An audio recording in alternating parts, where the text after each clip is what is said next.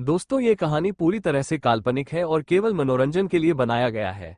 और इस कहानी में किसी भी व्यक्ति, नाम, उत्पाद या वास्तविकता का अपमान नहीं किया गया है। अगर आप लोग हमारे एक्स नॉवल चैनल पर नए हैं तो वीडियो को लाइक और चैनल को सब्सक्राइब जरूर करें, ताकि हम आप तक ऐसी वीडियो पहुंचाते रहें। धन्यवाद। एपिसोड 2, दिल है कि मानता नहीं। अदिति की कहानी। अदिति गहरी सांस लेते हुए कहती है, आप मेरी वहिनी कम और दोस्त ज्यादा हो, आपको पता है ना। उस पर उसकी वहिनी, भाभी, हाँ, में सिर हिलाती है। और अदिति नाराजी से मुस्कुराकर उन लम्हों को याद कर बताती है। 2 साल पहले की बात है। आपकी और शिव भाई की शादी तब हुई नहीं थी। बाबा का ट्रांसफर फूड मिनिस्ट्री के दिल्ली वाले ऑफिस में हुआ था। मैंने तभी अपनी डॉक्टर पूरी कर मैं एक छोटे क्लिनिक में काम करती थी। और तभी एक दिन वो वहां आया। दिल्ली के एक फूड कंपनी के मालिक का लाडला बेटा वहां क्लिनिक में आया था। उसे कुछ चोट लगी थी और उसे पहली बार देखा ना, मुझे उससे पहली नजर में ही प्यार हो गया था। पर मैंने अपने आप पर काबू किया और उसका इलाज किया। और फिर वो कोई ना कोई बहाना कर वो रोज क्लिनिक आया करता था, मुझसे मिलने आता था। और फिर धीरे धीरे हमारी दोस्ती हुई। और फिर कब दोस्ती प्यार में बदल गई और हम एक दूसरे से प्यार करने लगे, हमें पता भी नहीं चला। आए बाबा को उसका मुझसे मिलना पसंद नहीं था, क्योंकि वो एक पंजाबी था। पर धीरे धीरे हमने सबको मना लिया और शादी के बंधन में बंधने के बारे में सोचा। उसने भी अपनी पढ़ाई पूरी की थी और अपने पापा का बिजनेस संभालता था। धीरे धीरे मैंने घर के लोगों को मनाया और आप सब राजी भी हो गए। जब शादी की तैयारियां चल रही थी तो उसने कभी दहेज नहीं मांगा, पर बाबा के फूड मिनिस्ट्री में से अपने लिए कॉन्ट्रैक्ट पर फूड मिनिस्टर की साइन मांगी। और मेरे भोले भाले आए बाबा बात मान गए, ये समझकर कि हमारी बेटी उस घर जा रही है तो हम इतना तो कर ही सकते हैं, उनका होने वाला दामाद है वो। और मैं इतनी बेवकूफ प्यार में अंधी थी कि उसके साइन के लिए मैंने बाबा को मनाया, ताकि उसके पिता हमारी शादी के लिए मान जाए और वो अपने पिता को वो ये कह सके कि उसमें इतनी काबिलियत है कि वो उनके कंपनी का सीईओ बने। वो कहता था कि उसके पिता उसे तभी उस कंपनी को संभालने देंगे जब वो खुद अपने बलबूते पर कुछ कर दिखाए। और उसने एक फूड कंपनी के लिए फूड मिनिस्ट्री में काम करने वाले आदमी की बेटी को फंसाना ताकि उसका फायदा हो।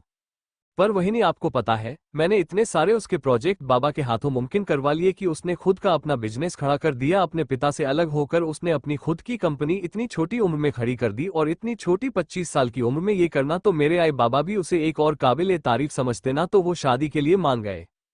पर मैं पागल, कभी उसे समझ ही नहीं पाई और वो रिश्ता जो उसने अपने फायदों के लिए जोड़ना चाहा, काम होते ही उसे तोड़ दिया। और रोते हुए कहती है, पर इस सब में मेरा क्या वहिनी, मैंने तो हमेशा उससे सच्चा प्यार किया, वो भी पहली बार। आपको पता है, बाबा हमेशा कहते थे, बेटा सबसे पहले अपने काम पर ध्यान दो, प्यार व्यार सब बेकार है। और मैंने अपने डॉक्टर बनने तक वही किया, मैंने इन बातों पर कभी ध्यान नहीं दिया। फिर मेरे साथ ऐसा क्यों वहिनी। और जोर जोर से रोने लगती है। उस पर उसकी वहिनी उसे गले लगाकर उसे शांत होने को कहती है और कहती है, तुम नहीं जानती थी कि वो तुमसे प्यार नहीं करता है और अपने फायदे के लिए वो सब कर रहा है। पर मेरा क्या वहिनी, मैंने तो उससे सच्चा प्यार किया ना। अदू, देखो ये जो भी हुआ है उसे एक सबक समझकर आगे बढ़ो, जिंदगी यही खत्म नहीं होती है। और तुम अपने आप से प्यार करना सीखो और उसे भुलाओ, सब ठीक हो जाएगा। अदिति गिड़गिड़ाते हुए कहते हैं, नहीं होगा वहिनी, इतना आसान नहीं है।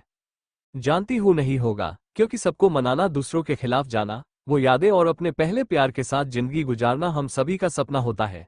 मैं भी जानती हूँ, आखिर तुम्हारे भाई से शादी करने के लिए मैंने भी अपने घर वालों को मनाया है, उनके खिलाफ गई हूँ, तभी तो तुम्हारे भाई से शादी कर पाई हूँ। बहुत मुश्किल होता है। पर भाभी, आपको भैया मिले, मुझे नहीं मिले। भाभी जोर से कहती है, और नहीं अब मिलेंगे, क्योंकि वो वापस आने वाला नहीं है। तो उसके बारे में सोचकर क्या करोगी, रो रो कर अपनी हालत खराब करोगी। एक बताओ अदू, तुम कब से इतना रोने लगी हो। तुम्हें याद है तुम्हारे भाई और मुझे मिलाने के लिए तुमने कितने झूठ बोले थे। तुम सबसे लड़ा करती थी हमारे लिए, तुम्हारी इजाजत के बिना मोटियाई और मोटे बाबा एक कदम आगे नहीं लेते हैं। वहीं हमारी अदू थी, जो हो गया सो हो गया कहकर आगे बढ़ती थी। क्या आज वो हार गई है।